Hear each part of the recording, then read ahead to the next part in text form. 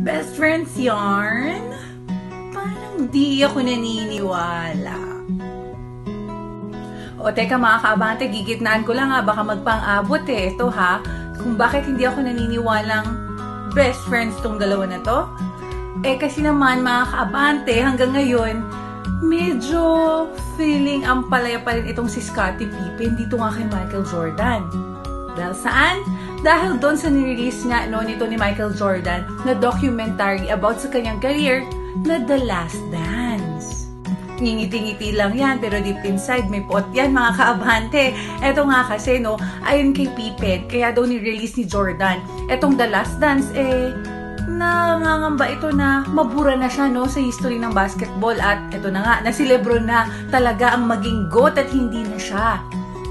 In short nga mga kaabante, natatakot si Jordan na mapalitan sa pwesto ni LeBron James. Dahil kay Scottie Pippen yan, di ako yan ha? At eto pa nga mga kaabante, di ba close na close sila? Pero sabi ni Pippen, ang naramdaman niya parang props lang siya, prop lang. Kasi sabi ni Jordan, di ba, siya ang best teammate. Pero sa pakiwari at pakiramdam ni Pippen, siya ay isang prop lamang, palamuti lamang para sa naging makulay na career ni Jordan. Dahil ayon kay Scottie Pippen, na-discredit ang Chicago Bulls at maging siya doon sa The Last Dance, parang nawala yung help na ginawa nila kung bakit nakakuha ng championships itong si Jordan.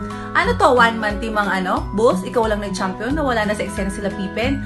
Yun ang hugot ni Scottie Pippen.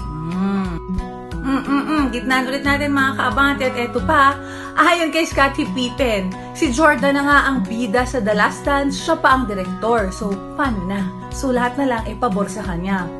Sabi niya, tapos na daw yung feud nila, pero parang hindi talaga ako naniniwala. Chicago Bulls, anyari? Do you believe you can fly? Parang ayoko na lang mag-fly kung merong hihila sa akin pababa.